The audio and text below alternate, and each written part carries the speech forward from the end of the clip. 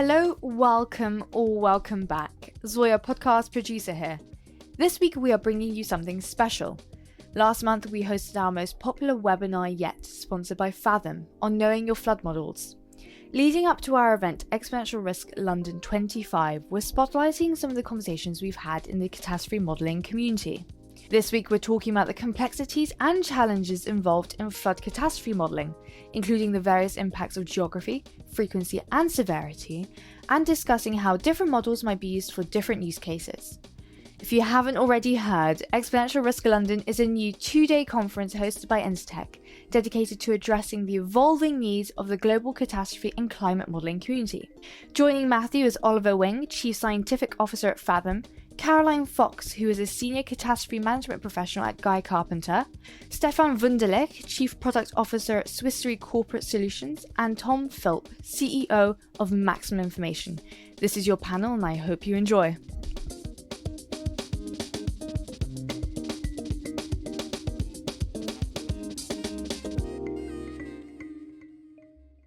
So our goal today in the next 45 minutes is to educate you on the things to remember and to know about with respect to flood. Ollie, let's go to you first of all. Let's kind of frame this. What are the critical things about how flood models are built that people need to remember when using a model for the results? So, bit of an open question, but I'll over to you for that one. First point, and maybe the prevailing theme throughout this, is that cat models and flood models and near enough any type of environmental model is uncertain by design. Now, that's not, this throwaway comment, oh, it's so uncertain, what we're going to do about it. It's that their outputs are a distribution. They tell us what events might occur, that's uncertain, and they tell us what is the uncertainty and the outcomes of those events. So in some ways, you've got to kind of park what that all averages out to and think about the standard deviation. The first point of flood modeling is that your standard deviation should, in almost all cases, be an order of magnitude greater than the mean. So that's a fairly complicated concept, but the idea is the uncertainty is enormous. And so I think with just that simple statement, how robust are, say, underwriting use cases to this? How do people like Caroline go about validating these tools when what they output by design is something that is so imprecise with such huge spread? But irrespective of that difficulty, collapsing all of that down into one number is pretty misleading in many cases. And so I think step one is check that the spread in the model is actually realistic and ensure that how you're using this model actually respects that spread. The second point, really, I'm still going to talk about uncertainty. This is the uncertainty that's not really in the model. Is the spread that it outputs too narrow, too wide? Is it centered on some idea of loss experience? And does that necessarily matter? Take flood modeling, this extremely high resolution peril that sort of needs to respect the built environment to be modeled correctly. There's a lot of uncertainty in urban context because drainage infrastructure and flood defenses and the actual information content of the elevation data can be quite coarse in some cases. It's not mathematically or even computationally possible to capture all of those uncertainties. And so the next kind of word of warning really is don't conflate model spread with what the true uncertainty is. Models are not this objective assembly of little well-validated components that you throw them into a box, shake it all up, and the number that comes out the other side is usable on its own. They're calibrated. And maybe this is a bit of a contested point, but what that really involves is taking some of those very uncertain components, say flood defenses or that relationship between flood intensity and loss, and kind of play about with them until you get an answer that you're happy with. Now, that might be a bit glib, but the point is that it's a subjective process. And another contested point that I would love the panelists to argue with me on it is that there's sort of no reason why a model that can replicate history itself and undersampling of the true risk has anything better to tell us than any other model about what next year's risk might be. There are benefits to calibration in terms of creating practical, usable numbers for insurance use cases, but to be really cognizant of its limits, what it can't tell us. If calibration data were comprehensive, we wouldn't even need to do the modeling in the first place. So you're talking about the spread is basically, you're saying understand the uncertainty of the model. And then your point is that uncertainty consistent with the history But then you also made a point there about you sort of like play around with different aspects of the model to understand how different components work together. So I think if someone listening who's not using a model, but is working with a team that is using a model, how do they get a sense of what the impact of uncertainty is if they're not a direct model user, but they want to understand it in sort of layperson's terms? Well, I think the important point is that the use case needs to reflect both the captured and the unresolved uncertainties in these models. And often boiling that down into one single number and just to view that without the context of the uncertainty from which it was derived can often be extremely misleading and unhelpful. If we're thinking about underwriters that might not necessarily be thinking at a portfolio level and you're looking at individual policies or individual locations, the idea that you can make a prediction at that scale and boil that to a single number is not consistent with the uncertainty inherent in the modeling. So I would essentially say that if you need a decision support process that not only looks at the averages, but looks at the uncertainty around that average, and models provide a partial view of that. Okay, so is it another area people should be thinking about? Yes, I mean, when it comes to dealing with that uncertainty, the often touted solution is that, well, we should license multiple models to get a grip on that. And that can often be a great operational or financial expense. Of course, all our friends at the Oasis Loss Modeling Framework are helping out with that a bit. But I understand it's a bit rich coming from me as a model vendor, but I'm torn as to whether that is just the correct choice in all cases. Just to take an example for the Florida Hurricane Commission, which essentially vets which models are suitable for insurance use cases in Florida. There are 7 wind models. Now, these are wind models. I don't know much about them, but they publicly disclose what their model outputs are for the same set of exposures across all 7 approved models. And for the 250-year loss, a really uncertain, arguably even unknowable thing, they only differ by about 20 to 30%. Now, as a flood modeler, that just doesn't seem like enough spread to me. Maybe the wind folk have it locked down, I don't know. But what is the benefit of a multi-model view if the industry and or its regulators are essentially forcing vendors to artificially converge? How independent are all these views really? And is there an argument to say that actually just taking one model and really understanding its sensitivity, its uncertainty, make use of all of its adjustments and options to really tailor it to your view of risk, is that the more helpful first step? I think multi-model views are only useful if they're actually truly diverse in how they're built. So it's a very good segue to Caroline, because you're advising your clients. Guy Carpenter uses multiple models, so you might have a view on that. And also, we've got a question in that is a good one for you to pick up as well, which is, do insurers need in-house flood experts? And I guess the sort of opposite is to that is, well, do without in-house flood experts, rely on brokers and the vendors to explain the models to them? I mean, I think if you're going to be using flood model output, then you need to have a good understanding of what that means to all the points that Ollie just said.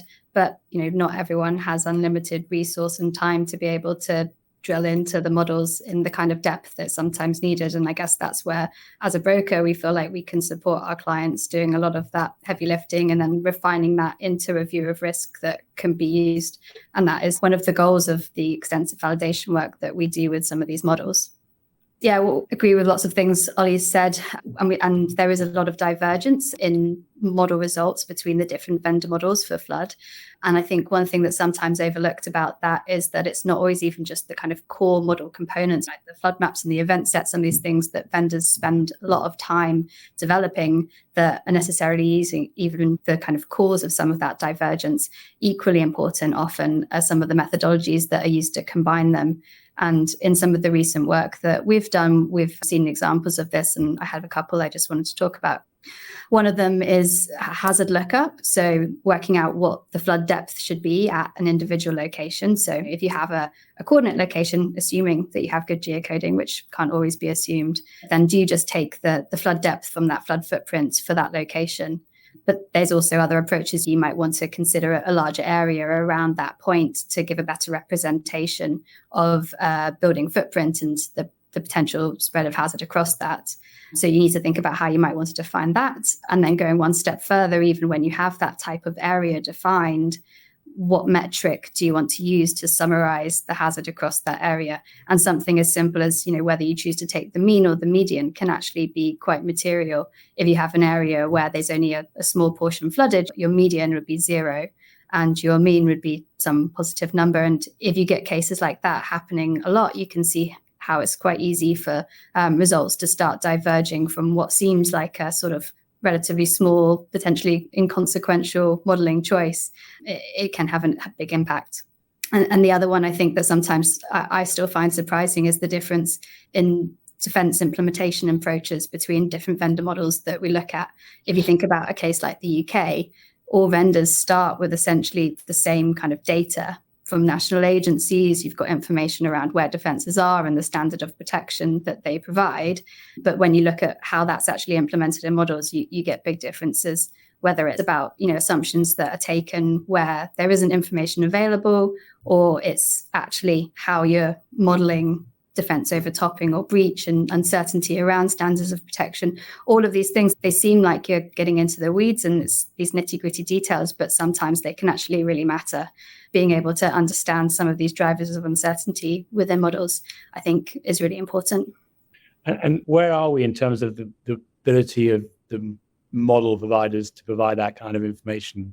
Is that something that is there so the users need to go and look for it, but it's there, or sometimes is that a little bit harder to find? Yeah, in some cases, yes, and in some cases, no. I think some things that obviously still have to be baked in. There's you need to strike a balance in what you want to make available for users to be able to play around with.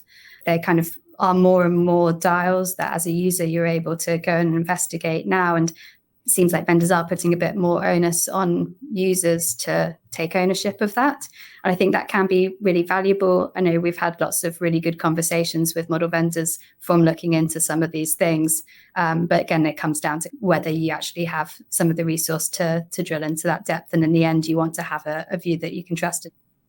Thanks. So we're covering quite a lot here in terms of insurers, retail, treaty insurance. Stefan, your focus currently is more on those large corporates. Clearly, if you've got a high value location and you're using a model, the sort of resolution of that model, ability to do analysis at high resolution is really critical. How do you think about using submodels? I guess two things: when you're using external models, but also to the extent when you're building tools internally to help your clients. Yeah, maybe first take a step back and just reflect the significance of having or the availability of the models. So I think globally, approximately 10% of the economic output is exposed to high hazard flood risk. So that is significant. Obviously, the area that is exposed to these kind of high hazards is much less. It's probably 1%, but obviously the economic activity just happens to take place in these highly exposed areas. When it comes to population, it gets even worse. So I think approximately 1 out of 4 people globally are exposed to these high hazards. So I think we can all be grateful that we have researchers like the colleagues from Fathom and so on in the world to help us to better understand this and handle these type of risks so that we can continue exist in those highly exposed areas.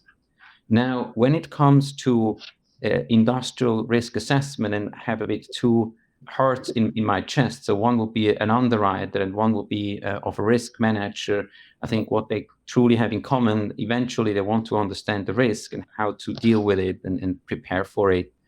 I think what we've seen in the role of an underwriter, and then that's what we're basically relating also to our risk manager clients, is that these models, they tend to be much better than what in the first place people think, because oftentimes when you look at it, you think, oh, is this really so exposed? And then you have this positive bias that you think, no, it's a bit conservative view because it's coming from the insurance industry. But I think if we look back, we clearly see that perhaps there is even more change and hazard is catching up quite significantly. So I would say hazard information, and also listening obviously to Ollie, what they invest in terms of analyzing the hazard, and then moreover analyzing the terrain and how the surface changes and actually impacts surface water runoff and so on. So those are key elements where so much research has gone into. So the availability of this hazard information is absolutely crucial And then obviously we only start with the hazard part. And in the industrial risk, then clearly the exposure can be highly complex. So what I would be noticing is that I would clearly say by now, hazard has actually surpassed the accuracy of the industrial exposure. And especially when it comes to flood modeling, the third dimension is in many cases not very well reflected in the exposure data. And I'm following the conversation about exposure accuracy for probably close to 2 decades now, and it's been there for a little while. But what is clearly the case is that hazard has caught up so much and has become really highly detailed with high resolution models that the problem or the challenge starts to be, or predominant challenge in the industrial risk assessment, I would say, is the third dimension. So how tall are the buildings? How well are they protected? Are risk managers or loss prevention managers on the place and protect the assets by moving them in the first floor and so on? So these kind of information from an underwriting perspective is probably not well enough reflected. But having the assessment of the hazard, the frequency of flooding, I think these models are utterly relevant and need to be considered, perhaps even more the independent models than the national flood maps, because sometimes these national flood maps can also be exposed to political tensions. There is obviously political interest in keeping certain hazards maps the way they have been over the last 30 years. This is not necessarily following the changing environment, the changing hazard, be it due to sealing of surface or also changing weather patterns. But the political tensions to not update hazard maps can be quite misleading when it comes to frequency of floodings. I've seen enough cases where 2 consecutive years you have presumably the 1 in 100-year flood event at the same location.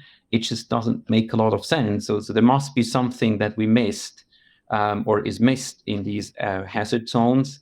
So they should be updated. And I think the independent modelers, they have a significant contribution to bring more transparency into that topic. When you've got the US, for example, where you've got a politically appointed state insurance commissioner, then I suspect there's some challenges in there. But that is a very interesting point. The other one you made there, I think is fascinating, which is the ability to understand a hazard has surpassed the ability to understand where your physical location is. I mean, that is extraordinary, really, because buildings are buildings. They don't move. I just think we don't want to get into too much detail, but it's a really interesting point. Sometimes when you assess a risk, you just need to get back to basics. And first of all, understand what have you got, where is it, before you get too sophisticated in the modeling. So that's a really helpful point. We'll come back to some of those in a minute, but I just want to turn, Tom, you've taken on various roles in your life, been in the insurer, you're now advising companies, you're now building tools. You've got the choice of either building on what's already been discussed, or if there's something else you wanted to add to that in terms of your advice for people wanting to understand the output of flood models and how to use them effectively. Yeah, sure. I think there is one thing that hasn't been touched. It's something that I think is related to the evaluation, implementation, and use of all 3 of them. Flood models specifically, they're a little bit unique, at least in the way that the market uses them compared to the other catastrophe perils that we evaluate. There's lots of overlaps in the sense that we still have to understand things like aggregate and occurrence, exceedance probabilities, and making sure losses from an overall flood risk model match up with industrial losses and claims history and everything.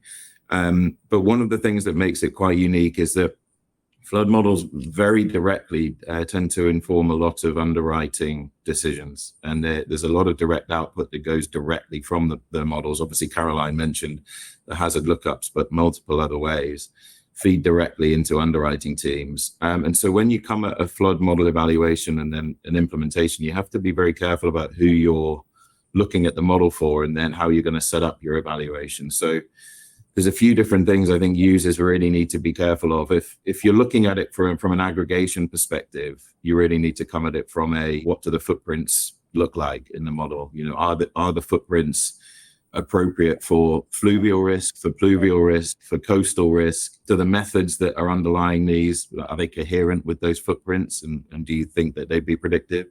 Is the model built out independently for each of those three and then aggregate together, or is it built all together? And are there limitations on the methodologies there if you do build them all together in one, or you build them out separately and come at it as a correlation exercise? It's really, really interesting and difficult.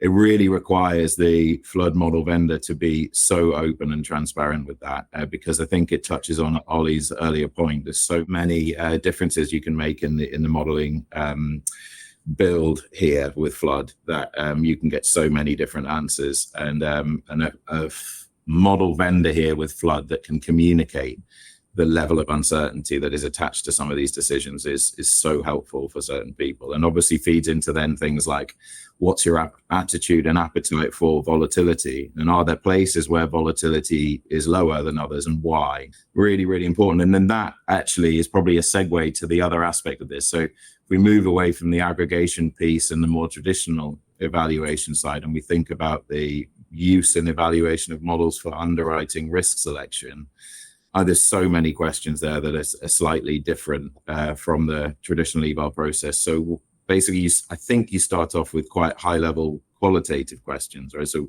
what are the limitations of the modeling choices? Obviously, we know Fathom has list flood at its heart and very cutting-edge hydraulic modeling, but Ollie, I'm sure, would wax lyrical for hours about limitations of it, because Fathom are great and it's an honest company. So what are the limitations of that? And then what are the limitations not on top of the modeling of the underlying data? And things like terrain data, does the terrain data itself impose limits on the granularity and accuracy of what you can even hope to achieve with underwriting risk selection? So being well aware of that before you are making those choices is really important. So I think there's actually a huge list of questions you can see that are all slightly different depending on whether you're looking at it from an underwriting perspective or an aggregation perspective. I've even got a long list of questions, I think, from a climate change side as well. So I think the ultimate summary of what I'm saying there is there's no one size fits all to any evaluation here for flood.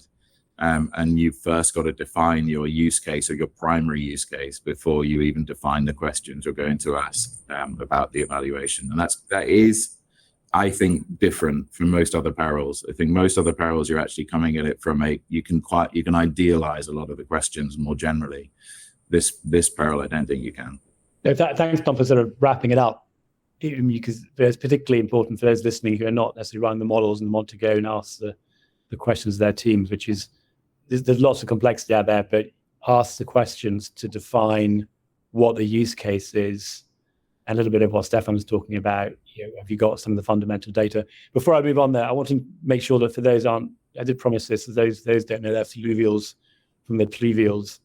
Fluvial is basically river-borne flooding, and pluvial is rainstorm-initiated flooding. Tom, I've got a question for you. I don't want to ask names, but in the state of the vendors for models out there, you said very nice things about Fathom. So where are we generally in terms of the availability of information that people can? A little bit like that question I was asking Caroline. Is the information there? And so if you're running a team of modelers or you're using the data, is it just harder to get it, or it's not there in some cases from some of the vendors?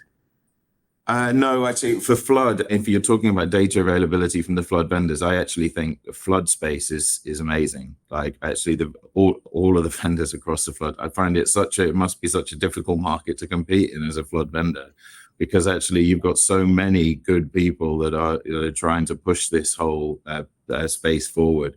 So I actually find it's the easiest place. If you turn up to a vendor knocking on the door and say, "Can you tell me about this?" almost always you're going to get quite honest answer and quite a lot of data if you keep prodding. And Ollie will drop gigabytes on you if you keep asking him. Caroline, is that your experience? You're using various of these companies. Would you agree with Tom, or are you seeing it slightly differently?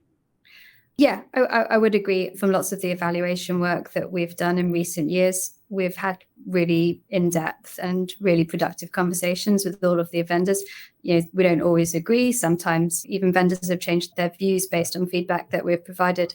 And I think, there's openness to that and to just making models better generally. Good. Ollie, I want to get back to your point about uncertainty and picking up on something that Stefan said and Tom said. So in terms of fit for purpose, and by all means use Fathom as an example of this, what's your recommendation to your clients about how they should think about using a model for risk selection and underwriting relative to using the model for aggregation, reinsurance buying, more of the portfolio type assessment people also need to do? Yeah, they are very different use cases, and we sort of have to get prepared for the idea that there are some things where models can only give you a sort of a helping hand, and that really you've got to own that decision as the underwriter or as whatever your business function is. I do think that the more you zoom out, the easier it gets. We sort of hope in some ways, but it's beyond hope. We can prove that the models do. You buy down some of that uncertainty as you zoom out. A lot of those local scale errors start to cancel. It's those location level results that can be really tricky, particularly on the loss side. You know, Stefan made a good point in terms of how mature hazard modeling is in isolation. You know, generally speaking, there's pretty good elevation data in a lot of the world now. And if you throw enough water at that elevation data, you're going to fill up those floodplains, and there won't be a whole lot of wiggle room about what's at risk and what's not. And any competent flood modeler will be able to tell you that in a fairly data-rich region. It is how you go about scaling that up to places that don't have good data, and how you go about translating that to some idea of loss. And that's where really you have this gray area of subjectivity, which we've dwelled on a little bit, in terms of you can take lots of different routes to getting that right. You know, Tom talked about, do I sort of focus on that spatial coherence aspect across all the perils and maybe sacrifice some local accuracy to do that? Or do I focus on doing the best I can at a local scale and figuring out how I start to aggregate that into a coherent event set? Those are two very different choices, and vendors will take different choices on that. And different use cases will be better suited to those choices. But until a given decision maker actually understands the benefits and limits of different ways of thinking about these sorts of gray areas in modeling, they're going to be pretty blind when it comes to supporting their decisions. Good. Well, Stefan, do you see situations where I think I know the answer to this, but where you might look at a specific survey done, it might be one of the modeling companies, it might be one of the consultants who offer these services, where you've got a location and you want to commission, or you encourage a client to commission a survey of the flood risk? And I guess it's a related question. Are those the same companies, or are there separate companies that are doing those consulting projects that you would tend to turn to rather than the traditional modeling companies? Yeah, so I would definitely recommend to use models actually to do the triaging, so how to figure out which are the most exposed. Obviously, more recently, also with the floods in Eastern Europe, we've had many car manufacturers with suppliers in the areas, and actually what we know is that they do use flood models, at least scoring, to also identify the supplier risk, or to what degree the suppliers are exposed to flood risk.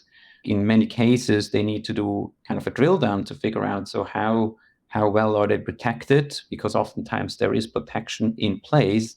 And I think that's also a part where it gets more and more challenging for the models then to actually take into account the proper preparedness of the corporates. So if somebody invests millions of flood prevention or protection measures, so how can this appropriately be reflected in the models?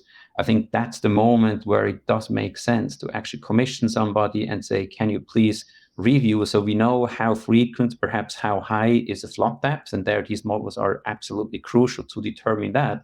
But if they have elevated their critical exposures, and maybe not just the content, but also the backup generators, including the diesel tanks, because otherwise they can flow away in the streams if they're still not well tied down to the ground. So these kind of things, then it gets very tricky to put this all into a model. And I think that's the moment where a special engineering company or risk engineers from an insurance company, perhaps a broker or a dedicated flood specialist, can actually go and make the assessment and help to say, yeah, you're fairly well protected to actually mitigate or prevent the worst impact of a 1 in 100 year flood, or you need to do more hardening to actually be prepared.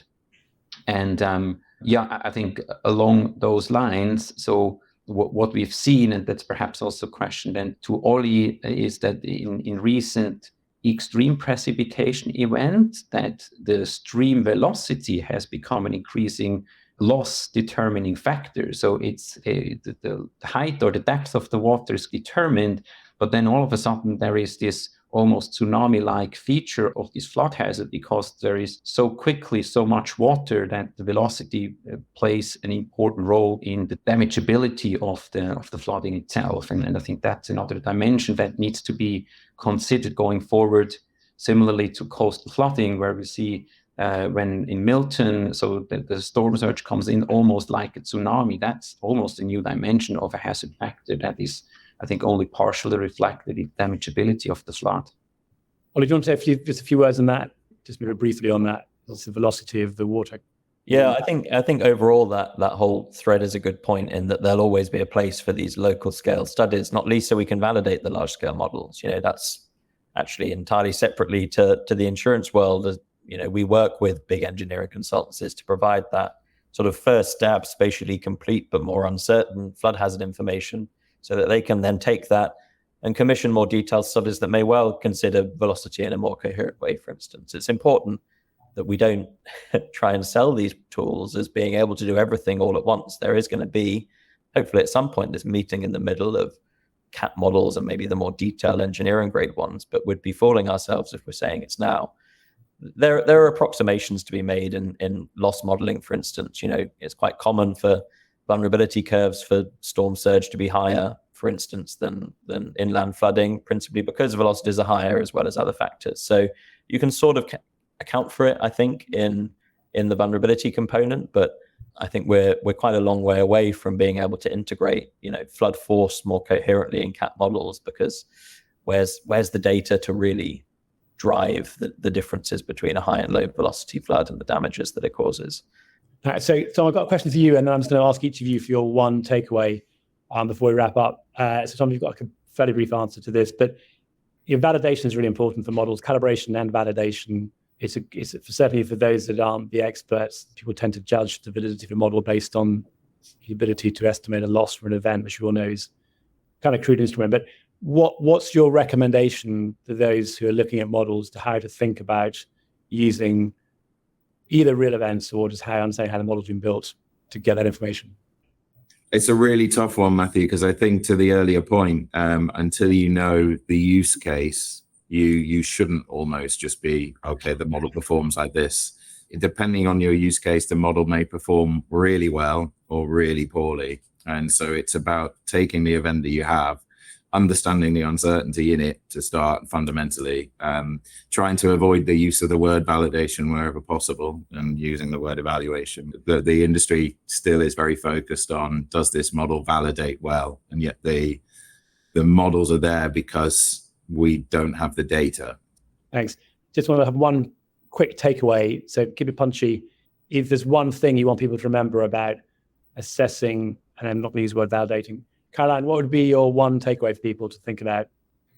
We've talked a lot about uncertainty and how much uncertainty there is, but I think don't be overwhelmed by that uncertainty. Try to use that understanding to inform how you use a model, and be cautious of overfitting to a single view. Thanks. Stefan, your takeaway? Yeah, so from a usability perspective, so the flood models and output in form of a hazard map can be extremely helpful also to assess the risk. I would just remind everyone that who uses flood maps that a location outside a high hazard risk does not mean it's not exposed, it means it's less exposed. Because I've seen too many conversations say my location is outside the 100-year flood zone, so it should be not exposed. That's a big mistake and will surprise both the insurance company, but also the property owner.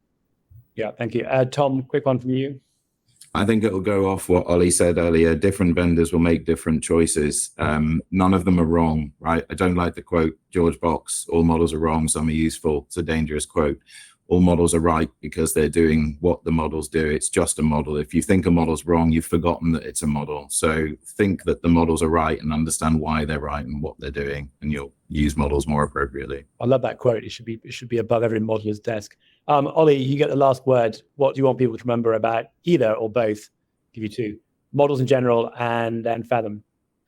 Yeah, well, I'll continue to bore people into submission. Uncertainty, are you focusing too much on the central tendency, the central outcome, or are you appraising the spread appropriately? Are the decisions that you're using models to support robust to that spread? You know, as Caroline says, that's an opportunity. It's not something to be afraid of. It allows you to be competitive when you understand that there is no single answer to these problems. If you're an underwriter or working for an insurance company, do you need to understand vendor model choice is better? Or are you okay with an off-the-shelf view of risk? So the next time you're using a model for decision support, ask yourself this, ask your team this. Do you actually understand where this number is coming from?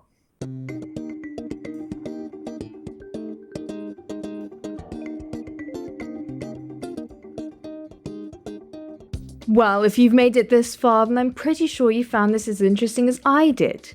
Before we end, I'd like to add that you can join Instech at the Data Jam on November 28th, hosted by the Insurance Network, organisers of the TinTech series of conferences. This one-day event explores the implications and opportunities of data, analytics, AI, and automation for all sectors and business lines within UK insurance. Google Data Jam to find the agenda. See you soon!